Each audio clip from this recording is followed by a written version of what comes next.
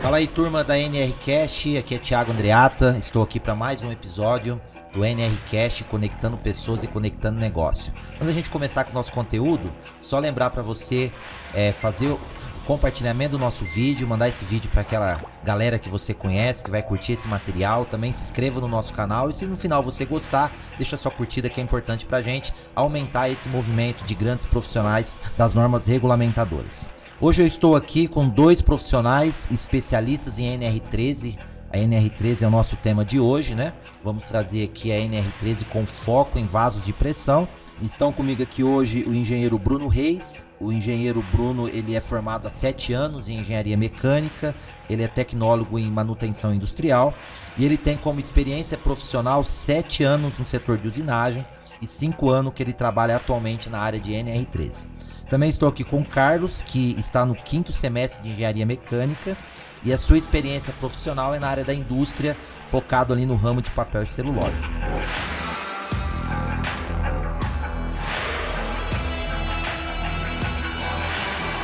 Então quero dar aqui boas-vindas ao Bruno, ao Carlos, né? Sejam bem-vindos aqui ao nosso NRCast, mas antes da gente começar a falar de NR13, eu gostaria, Bruno, que você primeiro falasse um pouquinho de você, da sua experiência.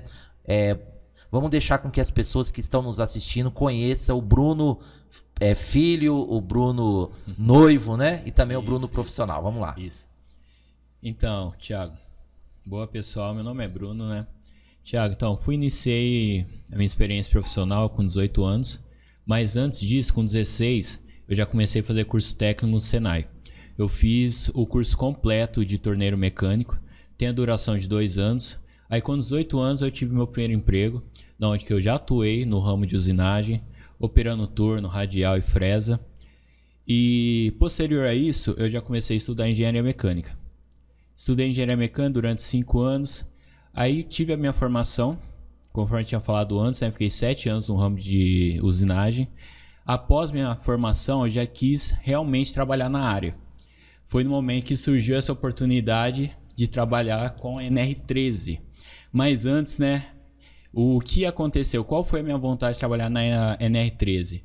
No 8º semestre, não me engano, 8º ou 7º semestre, eu tive a aula de vaso de pressão. Aí o professor explicou o que é vaso de pressão, o que precisa ter para ter os cuidados referente à integridade do vaso de pressão e principalmente a segurança da pessoa que está operando, né, esse vaso de pressão. Aí surgiu essa curiosidade de conhecer mais sobre o tema. Foi no momento que eu conheci a SD Engenharia, pedi uma oportunidade, até mesmo um estágio que eu não iria ganhar nada, realmente só para aprender sobre o tema. Graças a Deus eu consegui, né? Foi no momento que eu entrei, hoje faz 5 anos, um pouquinho mais de 5 anos que eu estou atuando na área de NR13. Posterior à engenharia, eu fiz o curso de projetos. Finalizando o curso de projetos, eu já dei andamento na parte de tecnólogo em manutenção industrial, que eu fiz na FATEC. Realmente só para aprimorar mais meus conhecimentos. A família sempre me apoiou, graças a Deus, né? Meu pai sempre me incentivou a estudar. Até hoje eu estudo, né? Eu acho que a pessoa não pode parar de estudar porque sempre atualiza algo, então a pessoa precisa estar focada no mercado de trabalho. E atualmente, mexendo mais com projetos e focando também na parte de NR13, otimizar custo de cliente, entre outras coisas. Muito bom, Bruno. Importante conhecer sua história. É uma história de alguém que começou lá realmente no chão de fábrica, né? Como a gente ouve bastante. Isso mesmo. Tá todo dia buscando conhecimento, buscando melhorar a sua capacidade técnica, né? Isso. E como você bem destacou, o apoio da família foi fundamental aí para você construir essa carreira até esse momento. Parabéns aí pela sua história. Carlos, fala um pouquinho pra gente aí sobre o seu interesse pela engenharia, fala um pouquinho sobre você, sua família. Opa, tudo bem? Como citado, né, meu nome é Carlos Vinícius, eu tenho atualmente 20 anos e estou cursando o 5º semestre de Engenharia Mecânica. Eu faço aqui no Instituto Federal de Sertãozinho. Eu não sou daqui de Sertãozinho, eu sou de Luiz Antônio, uma cidadezinha um pouquinho do interior, só 15 mil habitantes, né? E então, minha primeira experiência com uma cidade grande, né? Eu mudei para cá justamente para conseguir fazer a faculdade. Desde pequeno sempre gostei muito de estudar, principalmente a parte mais de exatas, né? Então foi seguindo um caminho que eu fui me interessando cada vez mais também por a parte industrial. Meu avô era do ramo industrial, do ramo de papel e celulose, então sempre conversando com ele, entendendo como funciona indústrias diferentes. Então, sempre de pequeno eu já fui apaixonado em entender como que funciona todo o processo produtivo de diversos tipos de indústria. E consegui entender todo o fluxo produtivo desde o início até o final. E daí eu fui crescendo, fui me interessando por cada vez mais esse tema, o que me levou para engenharia mecânica. Aí eu tive essa escolha de curso. Com 17 anos eu passei no vestibular, entrei na graduação com 18, né? Como estava na pandemia eu comecei virtualmente, fiz 6 meses virtual. E no segundo semestre começou presencial, eu me mudei para Sertãozinho, juntamente que eu comecei minha experiência trabalhando numa fábrica de papel e celulose que era lá em Luiz Antônio também. Aí eu trabalhei lá durante um ano, cessando meu contrato lá, eu ingressei aqui na SD como analista técnico. Muito bom. Então quer dizer que a indústria está na veia, está no sangue, né? Sim, sim. Vem de família, né? Exatamente. Muito bem. E como tem sido o desafio para você com 20 anos, você falou, né? Exatamente, estou com 20 anos hoje, tá numa cidade diferente, sua família não tá aqui, você tá sozinho, é isso? Isso, eu me mudei para cá sozinho, atualmente eu moro junto com um colega de faculdade, né? E é uma experiência completamente nova, né? Foi faculdade, junto com a experiência de morar sozinho, ter todas as responsabilidades de me manter financeiramente também. Então é uma experiência completamente nova e desafiadora, né? E tá valendo a pena para você? Muito, uma experiência que me proporcionou um crescimento profissional, pessoal gigantesco, né? Muito bem, parabéns aí pela sua iniciativa, pela sua coragem, né? Talvez alguns aí que tá assistindo a gente, falta ali uma decisão como essa, igual a sua, para poder dar um passo a mais na carreira profissional. Então talvez você vai aí estimular muita gente a fazer mudança aí na sua vida, tá bom? Parabéns. Pessoal, vamos falar então sobre a NR13, né? Esse é o nosso tema de hoje. E o assunto NR13 a gente sabe que envolve, além de vaso de pressão, caldeira, tubulação, né? Algumas tubulações, alguns tanques, né? Isso. E hoje nós vamos falar só de vaso de pressão. Então eu imagino que vamos ter aqui muitas perguntas depois. E já ficamos combinado de vocês voltarem para responder essas perguntas, para falar de outro tema, né? Para a gente poder abranger a NR13 de forma completa.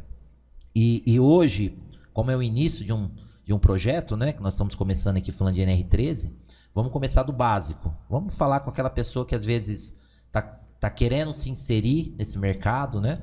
Tá ainda no processo de formação técnica, de formação profissional. E nós escutamos muito aí na internet, tem muita gente boa falando de NR13 na internet, que a NR13 é um bom mercado, que a NR13 ela é algo que tende a crescer profissionalmente nas indústrias. É uma preocupação, porque envolve segurança, né, como todas as NRs. Então vamos tentar despertar nessas pessoas o conhecimento que eles precisam para começar, tá bom? Então vamos começar falando aí sobre o que é NR13, ô Bruno. Explica aí, dá uma resumida pra gente aí sobre o que é essa norma, o que ela pede, qual que é a abrangência dela. Beleza, então, Tiago, conforme você tinha mencionado, a NR13 é uma norma do Ministério do Trabalho, onde estabelece requisitos mínimos de integridade de vasos de pressão, tubulações de interligações, caldeira a vapor e tanques metálicos. Claro, visando principalmente a segurança de seus funcionários. E também tem a questão também, conforme você mencionou, hoje muita gente boa está falando de NR13, mas também tem muitas pessoas que estão curiosas para descobrir o que é NR13. Então o foco principal nesse podcast é falar sobre vaso de pressão. Então fala pra gente, ô Carlos, sobre o vaso de pressão. O que é isso, né? Como que a pessoa pode chegar à conclusão de que é um vaso e o que não é? Bom, um vaso de pressão é uma pergunta até um pouco bem simples de responder, né? Mas é uma coisa que a gente vê bastante dúvida entre os clientes, né? Basicamente, um vaso de pressão é qualquer equipamento que contém um fluido que opera sobre uma pressão. Pode ser ela interna ou externa, e seja diferente da pressão atmosférica, ou seja, a pressão manométrica tem que ser diferente de zero, e se aquele equipamento operar com algum fluido com essas características de pressão, ele se enquadra como vaso de pressão. Perfeito. Então, se nós pensarmos aqui na NR13 e trazendo a vaso de pressão, nós podemos dizer então que o princípio da NR13 é proteger a pessoa que está trabalhando de um equipamento que oferece algum risco, é isso? Isso mesmo, perfeito. Entendi, perfeito. E como que funciona na prática o enquadramento de um vaso? Então, primeiramente, o enquadramento de vaso, você vai levar em consideração o produto PV. Se o produto PV for maior que 8, o vaso ele é enquadrado. Porém, tem um trecho da norma que fala que precisa respeitar o diâmetro mínimo de 150 milímetros. Então, se for acima de 150 milímetros, ter o PV maior que 8, beleza, o vaso é enquadrado. E também tem a situação, quando o PV não é menor que 8, porém possui um diâmetro maior de 150 milímetros, mas tem a classe de fluido A, o mesmo ele é enquadrado perante a norma. Perfeito. E um vaso de pressão, ele fica instalado num lugar ali definitivamente ou tem alguns outros tipos de vaso que ficam também de forma rotativa? Isso. Tem vasos que são em recipientes transportáveis. Um exemplo disso é caminhão comboio, caminhão borracharia. A usina usa bastante para dar todo o suporte ao pessoal em campo. Perfeito. E tamanho de vaso? Tem pequeno, grande? Como é que é isso? Tem. Também isso aí influencia muito, Tem tá? algum exemplo aí que você pode dar pra gente, pro pessoal ter uma ideia assim de... Trocador de calor, coluna de destilação, que é bem grande mesmo. Também tem a parte de reservatório de óleo, de ar. Também o mais conhecido, né, o famoso compressor de posto, que muita gente não se atenta, que é o equipamento mais perigoso que existe hoje. Por quê? É fácil de comprar, é um custo baixo e a pessoa compra e não dá a assistência que deveria dar. Que seria fazer a inspeção, ver se o instrumento realmente está funcionando da maneira correta, ver se aquela válvula está calibrada de uma forma correta, respeitando, claro, a norma NR13, né, que no momento que você vai calibrar a válvula, precisa ser igual ou inferior a PMTA. Então muita gente não tem ciência disso, né? Realmente está lá e hoje você pode pesquisar na internet.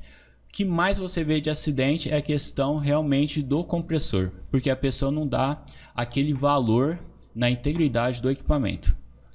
Exatamente. E um ponto também importante a salientar, mesmo que um vaso de pressão ele não se enquadre na NR13, não quer dizer que a pessoa não tem que fazer os cuidados necessários, como manutenção, inspeção. Só quer dizer que ele não vai ter que seguir os critérios à risca da NR13, mas tem que ter um plano de manutenção, um plano de inspeção periódica para garantir o bom funcionamento daquele vaso, mesmo que ele não seja um dos citados como enquadrados na NR13. Perfeito. Eu imagino que quando nós falamos de equipamento, estamos falando de equipamento que já está em uso, né? Isso. Mas eu já vi alguns casos de compressor de ar mesmo, né? Que já que é um caso mais crítico que você está dizendo, que já vem de fábrica com aquele selo NR13. Quer dizer, então, que se a pessoa comprar aquele compressor que tem aquele selo e já instalar e funcionar, tá tudo certo?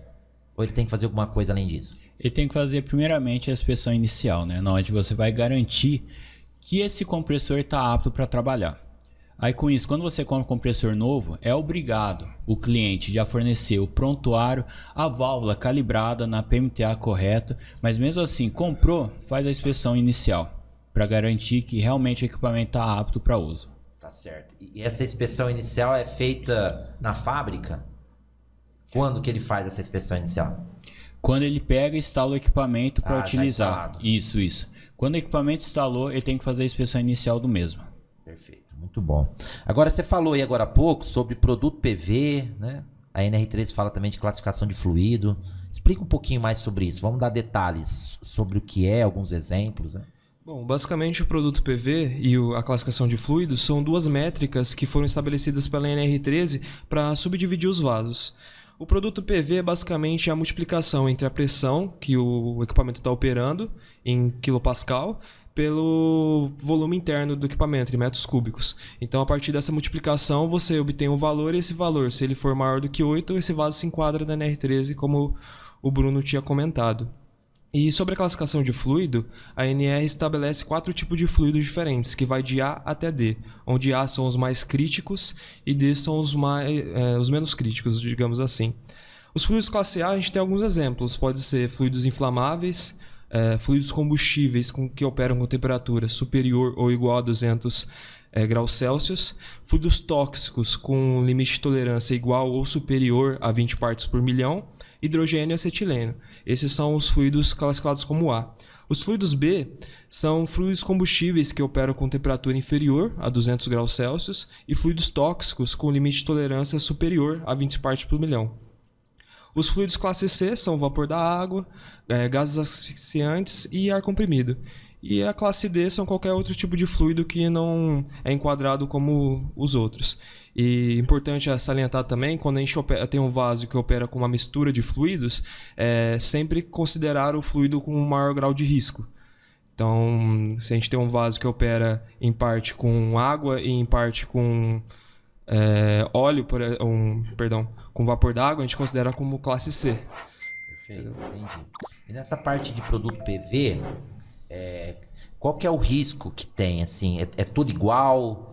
Ou tem uma classificação diferente para cada equipamento? Como é que funciona esse cálculo que vocês fazem, essa conclusão sobre o produto PV? Então, através do produto PV e da classe de fluido, a gente tem uma tabela na própria NR que divide em graus de risco os vasos, que os vasos vão de 1 até 5 em grau de risco. Aí eles usam essas duas métricas. Para você classificar o vaso, você usa o produto PV utilizando a pressão em megapascal ao invés de quilopascal. Em quilopascal você usa para enquadrar, em megapascal você usa para dividir o vaso em grau de risco. Entendi. Tem algum exemplo, sim, que você poderia dizer de um vaso de pressão de alto risco que se enquadraria ali, por exemplo, no grupo 5 eu entendi que é o maior risco, é isso? Isso, grupos. Na verdade, o maior risco que tem é vaso que possui a validade de 1 ano, né? Você precisa fazer a inspeção dele anual. O que entra nisso, simplesmente é vaso que tem a classe de fluido classe A, que é um fluido realmente perigoso. Então ali o limite de validade dele vai ser anual ou até mesmo 2 anos. Um exemplo disso é a coluna de destilação. Todo ano tem que fazer inspeção nela. Entendi. O risco vai do 1, que é o mais perigoso, até o 5, que é o menos. Perfeito. É isso aí, muito bom. E todo vaso de pressão, eu tenho lá uma indústria e tudo que eu chamo de vaso de pressão está enquadrado na NR13. É assim que funciona? Isso, se respeitar, claro, o produto PV, o fluido, mas tem alguns vasos de pressão que não são enquadrados. Um exemplo disso é o sistema de pacote de máquinas. Quando você tem um sistema de pacote de máquinas e essa máquina ela tem um adentro, ela tem um vaso ligado diretamente nela, mas porém, quando desligar essa máquina, esse vaso não acumular pressão, ele não é enquadrado. E também respeitando o diâmetro de 150 milímetros. Se for abaixo desse diâmetro, também não é enquadrado. Tem a questão também de fornos e serpentinos para troca térmica, também não é enquadrado. Agora tem um adendo aí, só para... Eu já ouvi alguns clientes dar essa desculpa. Um exemplo disso é o famoso compressor de posto, né? A pessoa fala assim, mas o compressor ele liga uma vez por dia só, mas a pessoa não se atenta que esse mesmo equipamento ele acumula pressão. Então a partir do momento que ele acumula pressão, ele é enquadrado, então tem que seguir conforme a NR13, fazer a inspeção normal dele e garantir a segurança da pessoa que está ali do lado, né? Operando aquele equipamento. Muito bom. Então vamos fazer aqui um resumo do que a gente viu até agora, né? Então nós vimos que a NR13 é uma norma que tem por objetivo proteger o trabalhador que está ali do lado, né? Ou que trabalha na operação de vasos que podem causar algum dano à integridade física dele, né? Inclusive, se houver um acidente pode até levar a óbito, porque realmente é sério, né? Nós vimos já aqui quando que o equipamento é vaso de pressão e quando não é, como chegar a essa conclusão. Aí tem um momento... que eu acho que vocês já passaram por isso, que eu já vi muito isso, né? Chega um momento de o cliente tem lá uma grande indústria, uma pequena indústria, seja lá o tamanho que for, contrata uma empresa para poder fazer essa avaliação, entender qual que é o risco que ele tem ali na planta, né? Para poder se adequar. E chega o momento dele ter alguns problemas, né? Ter algumas questões que geram risco. E o risco não é um risco simples. É um risco que é chamado aí na norma de RGI, né? Risco grave e iminente. Eu queria que você explicasse um pouquinho sobre isso, né? Algumas situações que pode reprovar um vaso de pressão, de ele não estar apto para trabalhar. Se vocês puderem dar algum exemplo, explanar até para o nosso ouvinte, para quem está assistindo a gente, conseguir visualizar isso de perto. Então, hoje, o que acontece? Antigamente, né? Já estou 5 anos aí na área. Antigamente, o profissional, o cliente, ele não buscava esse conhecimento. Ele fazia inspeção porque o Ministério do Trabalho estabeleceu a NR13, então tem que fazer inspeção. Ele ia lá, contratava a empresa terceira para fazer inspeção. Mas só contratava para realmente seguir o que o Ministério do Trabalho estava dizendo. Mas ele não avaliava o laudo que esse terceiro entregava. Às vezes o cara entrega um laudo reprovando o equipamento dele e ele não sabe. Por quê?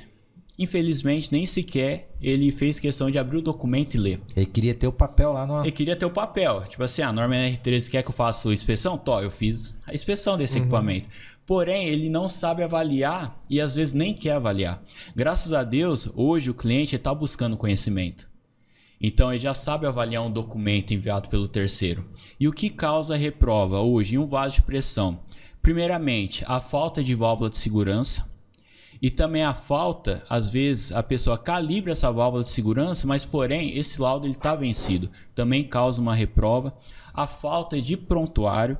E o prontuário precisa ter espessuras mínimas. Quando o momento da inspeção, você precisa ter essa avaliação para ver se a espessura está boa ou não. Aí com isso você aprova ou reprova seu equipamento. Então precisa realmente ter o prontuário para ter essa avaliação. E também quando o equipamento ele passa por par. O que seria o par? Projeto de alteração e reparo. Ele passou por par diretamente ligado na estrutura do equipamento. Posterior você tem que fazer uma inspeção extraordinária para o técnico ir lá avaliar novamente esse equipamento para ver se ele está apto para trabalhar. Então isso também causa RGI quando não tem a inspeção extraordinária.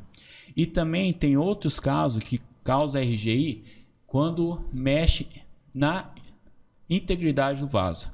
Que seria, tem uma trinca na solda, então visual eu posso reprovar o vaso, porque é um perigo ali. Outro ponto também que dá para citar na questão de RGI seria a falta de treinamento de operadores quando se trata de vasos categoria 1 e 2, que são os vasos mais perigosos. Então a ANR estabelece que para esses dois tipos de vaso, quem vai operar aquele vaso efetivamente vai ter que ter treinamento. E a falta desse treinamento e a comprovação desse treinamento gera uma RGI, né? Muito bom, então quer dizer o seguinte, o cliente que se preocupa de verdade em prover segurança para o trabalhador, ele não vai só contratar uma empresa de inspeção, ele vai além disso, não é isso? Isso mesmo. Ele vai procurar entender quais são as adequações que ele precisa fazer para poder realmente prover a segurança que a norma pede. É por aí? E uma coisa simples, apesar dele contratar essa empresa de inspeção, ele precisa ficar atento e fazer toda a parte de organizar seus documentos, porque quando uma inspeção vence também é um risco grave iminente, porque é automático. Essa inspeção venceu, seu equipamento está reprovado, você tem que fazer novamente a inspeção. Quando o cliente ele tem esse controle, ele consegue organizar toda a parte documental dele e já consegue planejar, nesse ano eu vou fazer esses equipamentos, vou inspecionar esses equipamentos, não deixando o equipamento vencer. Porque ele venceu automaticamente e está reprovado. Entendi. Você já viu alguma coisa assim, teve alguma experiência de os clientes não se preocuparem com documentação em ordem, não se preocupar com inspeção em dia? Sinceramente, hoje é bastante raro você ver um cliente que ele organiza seus documentos. Porque o ideal é ele separar uma sala e nessa sala ter toda a parte documental de todos os setores. Aí ele vai separar o armário de cada seção vai ser responsável por um setor. E esse setor ele vai colar uma listagem, um índice de cada equipamento. Porque fica de fácil acesso para qualquer pessoa pegar e conferir se esse equipamento está bom ou está ruim. E isso é muito raro, o cliente ele não se atenta a isso. O que acontece? Qual é o momento que o cliente ele vai se atentar a isso? Quando bate uma fiscalização, infelizmente. Ou quando tem um acidente, né? Ou quando tem um acidente. Aí quando tem um acidente é pior ainda, né? Porque aí vai gerar multa e tem todo aquele transtorno. Mas quando tem a fiscalização, fala assim, Bruno, e agora? Cadê meus documentos? Porque até mesmo uma situação simples, tá? O inspetor vai lá fazer a inspeção em campo. Vai falar assim, eu preciso olhar o prontuário do seu equipamento. Aí o relatório de inspeção antigo está num setor, o prontuário está em outro, a parte de válvula, de manômetro está em outro setor. Com isso já gera um tempo enorme, um gasto de energia que não precisava, se ele mantesse organizado toda a parte documental dele. Então realmente vale a pena, principalmente pela segurança da pessoa que está operando ali, e se bater qualquer fiscalização é bem mais fácil ele apresentar o fichário daquele equipamento contendo tudo que precisa. O que precisa ter no fichário? Precisa ter primeiramente o relatório da última inspeção, o livro de segurança, o prontuário do equipamento. Também, se esse equipamento passar por par, precisa estar anexado nesse fichário, e também a parte de calibragem de válvulas e manômetros. E no final é a ART do responsável. Bem. E um ponto importante nessa parte de organização, uma coisa que ajudou muito foi o advento da tecnologia. A própria NR também prevê que além do do físico, você pode ter um virtual, né? Desde que você siga toda a segurança da informação necessária para manter aquelas informações seguras.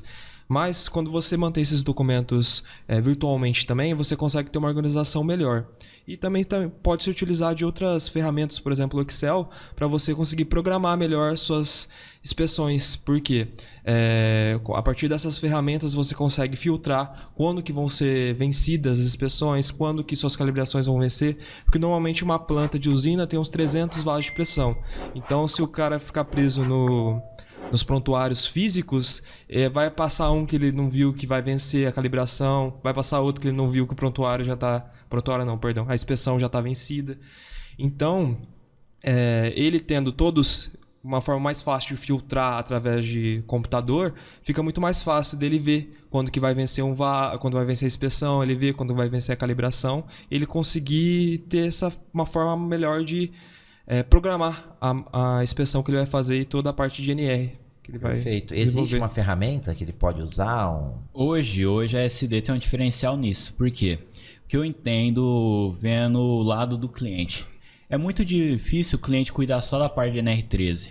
Dentro lá do serviço dele, ele tem outras funções que ele tem que cuidar também. Então a NR13 é só mais uma função dele. Então a SD tem esse papel de realmente otimizar o tempo do cliente. E com isso desenvolvemos uma planilha mãe onde tem todos os dados. Igual o Carlos comentou, hoje numa planta de uma usina aí tem na faixa de 300 vasos de pressão. Então essa planilha ela é separada por setor, na onde é vinculado o último relatório de inspeção, o número do último relatório de inspeção, o fluido do equipamento, a pressão que esse equipamento trabalha e também a questão se seu equipamento está aprovado ou está reprovado. Se a partir do momento ele está reprovado, nessa planilha você consegue ver de modo bem explícito o porquê que ele está reprovado. E com isso o cliente ele consegue otimizar o tempo dele, ele consegue planejar a inspeção, até mesmo ele consegue planejar a inspeção daqui 3 anos. Então ele tem todo o processo dentro de uma planilha. Porque hoje em dia, igual eu falei antes, o simples fato do equipamento estar vencido a parte de inspeção já é um risco grave iminente. E às vezes como que o cliente vai cuidar de 300 vasos de pressão? Então essa planilha otimiza muito o processo, até mesmo a parte de calibração de PSV e manômetro também é vinculado na planilha. Na hora que tiver quase para vencer, já cria um alerta para o cliente, para ele falar assim, ó, eu preciso fazer a inspeção desse equipamento. Aí ele não deixa passar nada. E o bom é que ela também facilita, você consegue filtrar quando suas calibrações vão vencer, você consegue filtrar, quero saber quais equipamentos vão vencer no próximo ano. Através da planilha você consegue criar esse filtro. E ela também tem uma parte gráfica, que é o dashboard, que faz um indicativo gráfico de toda a sua planta, dividido por setores, e de quantos vasos você tem aprovados e reprovados naquele setor que você está. E clicando nessa própria indicativo gráfico, você consegue ter uma listagem de todos esses vasos. Muito bom. Isso mesmo. E essa planilha também, o cliente ele pode prever, imagina que ele achou uma empresa boa que fornece válvula de segurança num preço legal. Nessa planilha já vê qual equipamento dele está reprovado por conta de PSV. Então a gente já consegue planejar isso. Até mesmo a questão de prontuário, até mesmo a questão de calibração. Ele já tem todos esses dados na mão. Muito bom. Então ficamos sim combinados, vocês ficam convidados para fazer uma demonstração dessa planilha. Um outro vídeo, pode ser? Explicar para o pessoal conhecer. Uma outra pergunta sobre documento físico e documento digital, que eu queria que vocês esclarecessem. A NR13 permite que você tenha o digital, ok? Isso. Mas o físico é obrigado a continuar tendo. Não pode Exatamente. trocar. Não. Entendi. Muito bom. Vocês falaram aí também num dado momento sobre fiscalização. A gente sabe que toda norma precisa ser fiscalizado, precisa ser acompanhado. Eu gostaria que vocês explicassem melhor como que isso funciona na prática, a fiscalização.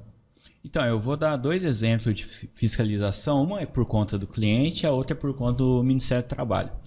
A questão dessa fiscalização do cliente, teve até um exemplo nosso agora aqui, né? Pouco tempo. Já tinha uma empresa terceira fazendo toda a parte de inspeção. Já fazia um tempo já, mas nesse ano foi a SD que está fazendo a parte de inspeção lá agora. O que eu me deparei, o Carlos também se deparou. Toda a inspeção feita no equipamento, a pessoa terceira fazia a memória de cálculo novamente.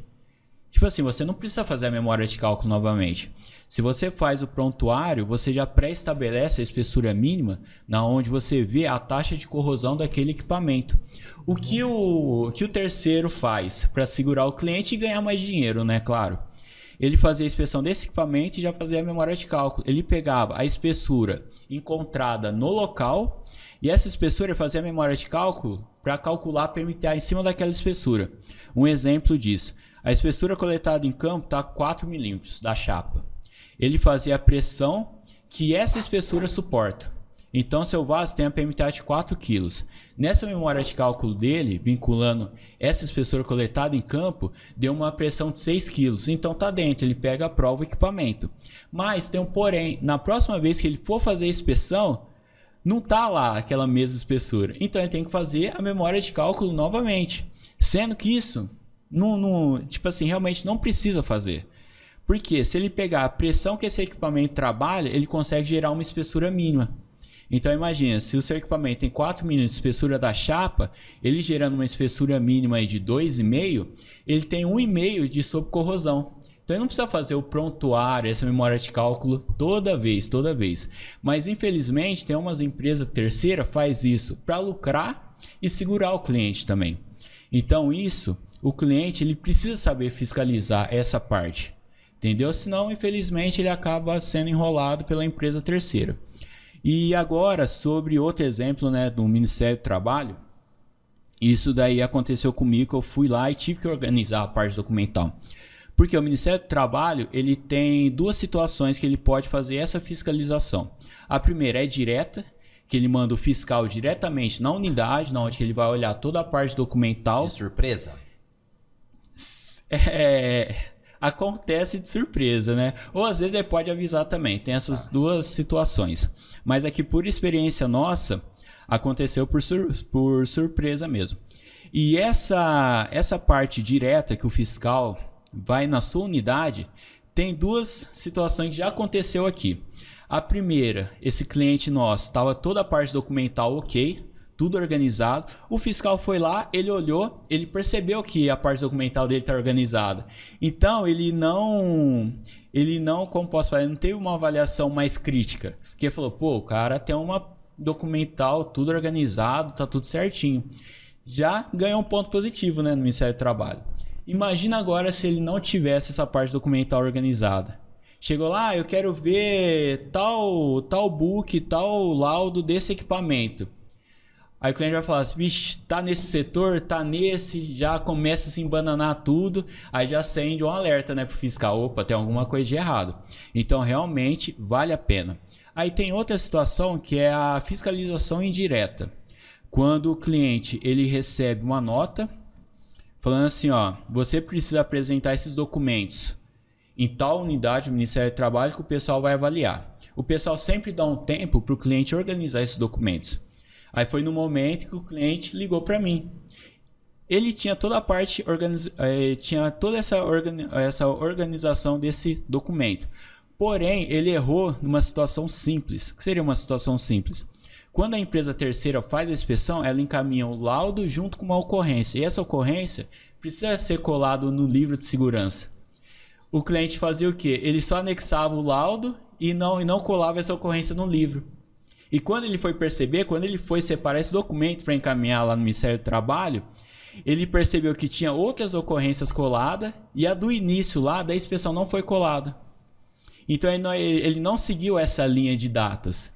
Aí ligou para mim e falou, Bruno, pô, tem que pegar e organizar tudo isso. Eu fui lá, fiquei 2 semanas arrancando todas as ocorrências que ele já tinha colado para colar as ocorrências em ordem, de acordo com cada data. Graças a Deus deu tudo certo, ele foi, apresentou os documentos e não teve nenhuma multa por conta disso. Muito bem. E normalmente durante essas fiscalizações, se for pego em irregularidades, normalmente é estipulado um prazo máximo de 60 dias. Né? Quem estipula como é feita essa fiscalização é a NR28, que passa todos esses prazos, como é feito e como divide esses tipos de fiscalização. Muito bem. E essa multa é cara?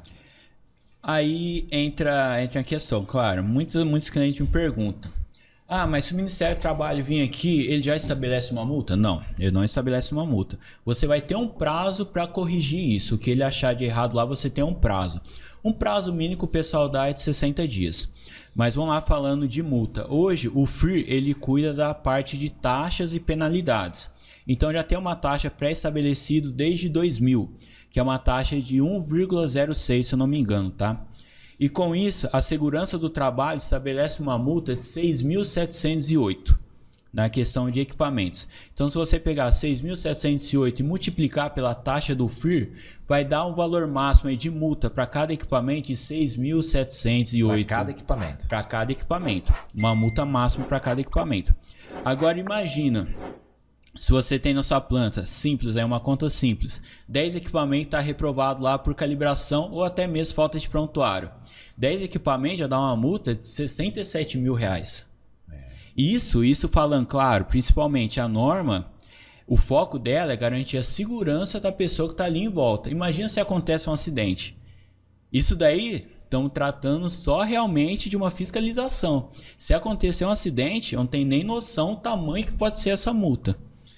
Uma multa dessa de R$6.700 normalmente é por falta de uma calibração no equipamento. Coisas isso. E uma simples calibração assim. custa quanto? Então, na faixa de uma calibração aí uns R$350, uma válvula pequena de compressor. E além dessa multa, ele vai ficar com o vaso parado até regulamentar. Então, além da multa, ele ainda vai ter que gastar com a calibração depois de qualquer forma. Então, Sem dúvida alguma, a multa, quando mexe no bolso, né? Isso. É uma dor do empresário, do dono da indústria ali, complicado. Mas foi o que vocês disseram. Pior do que a multa é a perda de uma vida, é um acidente de trabalho, né? Porque o princípio inicial da NR13 é cuidar da vida ali do trabalhador. Esse que é o princípio, né? Exatamente. Então, se o empresário se preocupar com esse princípio básico, ele não vai ter problema relacionado à multa, né? E vai investir muito menos que isso, né? Porque a NR13 ela não vai ser uma despesa, vai ser um investimento. Porque vamos imaginar que ele perde uma vida num colaborador. O dano que isso vai causar pro nome da empresa dele, né? É muito maior o prejuízo do que a multa que ele vai vir a pagar, né? Por um descuido, né? Por não cuidar com toda atenção à NR13, né? Foi isso que eu entendi aqui durante esse nosso bate-papo. E também é a questão de investimento, porque ele fazendo as inspeções normalmente, ele cuida da integridade do vaso de segurança dele. Entendeu? Então ele consegue ter esse cuidado da integridade. Então com isso ele consegue otimizar mais ainda o processo dele. Até um acidente também com vaso de pressão, com caldeiras, todo o âmbito da NR13 é muito perigoso e pode levar muitas vidas, né? Normalmente, o foco principal das empresas hoje em dia, eles focam mais no risco, como é que eu vou explicar? Da percepção de risco, quando se trata de vaso de pressão, é muito menor do que quando se trata de EPIs, por exemplo. O EPI, quando você utiliza, que se eu não salvo engano é NR6, é um risco que você está mais eminente, você consegue ter uma percepção de risco maior. Um vaso de pressão não, o vaso de pressão ele fica lá 20, 30 anos operando e nunca aconteceu nada. Então, normalmente você não tem uma percepção de risco tão boa. Então, mas quando acontece um acidente, quanto mais passa tempo, mais provável acontecer um acidente por conta da corrosão que ocorre na chapa e com a pressão operando ali, corre um risco maior de uma explosão, por exemplo. Então, com o passar do tempo, vai diminuindo a percepção de risco e vai aumentando o grau de risco em si. Então é muito importante seguir todos os parâmetros estabelecidos pela NR13, todos os parâmetros de prontuário, geração de mínima requerida, inspeções periódicas, por quê? Para você garantir que aquele vaso vai estar operando sem gerar um risco à segurança dos trabalhadores que estão em torno daquele vaso. Então essa é acho que uma das importâncias principais da NR13. Bem, dentro de uma indústria, dentro de uma área agrícola, né? Como você mesmo disse, a área agrícola também temos NR13 lá, né? Dentro desse âmbito de equipamentos que colocam em risco o trabalhador, quem que deveria se preocupar em ter as inspeções ou estar com a NR13 regularizada? Além do dono da indústria, quem mais vocês poderiam dizer? O funcionário, que está ali operando 100% do lado do equipamento. Então vale a pena ele buscar esse conhecimento. E também o funcionário, quando ele busca conhecimento, a SD hoje tem um diferencial porque a nossa missão é realmente cada cliente desenvolver um serviço diferente. Você personalizar o serviço de acordo com cada cliente. E quando o funcionário ele tem essa base de conhecimento, não precisa ser um técnico para entender mais sobre a NR13. Mas o diferencial nosso da SD, um exemplo prático disso, a questão de instalação de PSV. O terceiro vai lá e fala assim, ó, seu vaso está reprovado por PSV. Beleza, o cliente vai lá, tem 80 vasos de pressão na planta dele, instala 80 PSV, uma em cada vaso. Não precisa fazer isso. Porque hoje em dia a norma ela permite você fazer um estudo de viabilidade. O que seria fazer um estudo de viabilidade? Às vezes a PSV é instalada na linha e essa linha atende vários vasos. Então se ele pegar, calibrar essa PSV na menor PMTA, já vai garantir a segurança desses vasos. Até mesmo a questão do estudo de viabilidade, às vezes tem um vaso que o fluido dele vem de uma bomba. E essa bomba ela limita a pressão do vaso. Então se essa bomba opera no máximo de 5 kg e seu vaso ele tem uma pressão de 6, essa bomba automaticamente já se torna um dispositivo de segurança. Claro, precisa fazer toda a parte de laudo, precisa ter um engenheiro responsável assinando, por aí vai. Então, quando a pessoa ela opera esse vaso, porque o cliente ele não sabe disso, né? O cliente só vai lá, vai pedir o serviço e ponto final. Mas a pessoa que está do lado daquele vaso, ele consegue acompanhar a inspeção. Então, quando a pessoa tem esse conhecimento, na hora que o inspetor perguntar, fala assim, ó, beleza, esse vaso ele não tem PSV, mas tem uma PSV instalada na linha. Ó, esse vaso não tem PSV, mas tem essa bomba aqui, ó, que fornece o fluido para esse vaso e atende a pressão dele. Então, são coisas simples que Quem está na operação Quem está na operação já pode falar para o cara que está fazendo a inspeção, para o técnico. Muito bom. Então o interesse do operador é fundamental para a segurança dele mesmo, né? Até mesmo quando o vaso estiver reprovado. O operador tem que saber. Porque ele pode ficar cutucando. O gerente dele fala assim, ó, esse vaso aqui não está apto, ó, tá perigoso isso, pode acontecer alguma coisa. Ele tem então o operador provocar a liderança dele. tem que provocar. Seja lá o supervisor, gerente de manutenção, técnico de segurança, engenheiro de segurança. Igual também eu comentei antes. A pessoa que é responsável pela NR13, você pegar um engenheiro que ele é responsável, infelizmente ele não é responsável só pela NR13, ele tem outras funções. Então ele não vai focar 100%. Agora o cara que está operando ali do lado, ele trabalha todo dia na frente daquele equipamento. Então quando o cliente ele tem essa parte de organizar os documentos, às vezes o operador está lá, nossa, deixa eu analisar esse documento aqui desse vaso, deixa eu conhecer um pouco mais sobre isso.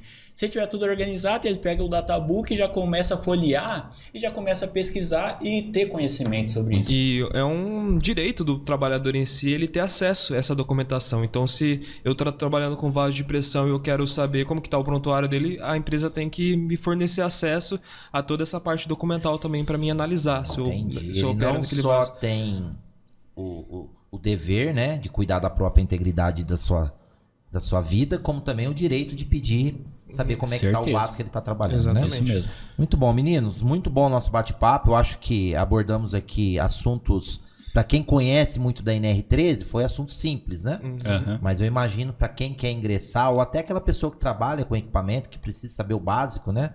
Essas informações que vocês trouxeram foram de grande valor. Ficamos combinados então de vocês voltarem numa outra oportunidade, com outro conteúdo. Não esqueçam aí de preparar algo para a gente apresentar essa planilha, né? Que eu acredito que muitos gestores que também acompanham a gente vão se interessar em entender o que é essa planilha, como usar e como ter lá na sua indústria, né? Essa planilha, acho que é legal. Nós vamos deixar na descrição desse vídeo os nossos meios de comunicação para o pessoal fazer pergunta, conseguir chegar até vocês, né? Para poder fazer algum tipo de abordagem diante do que a gente conversou aqui. Combinado? Obrigado por vocês estarem aqui conosco no episódio de hoje. Muito obrigado pela oportunidade, viu? Muito bom, turma. Então, esse foi o nosso NRCast, Conectando Pessoas e Negócios. Vamos voltar em breve com mais um conteúdo para você, tá bom? Muito obrigado e até breve.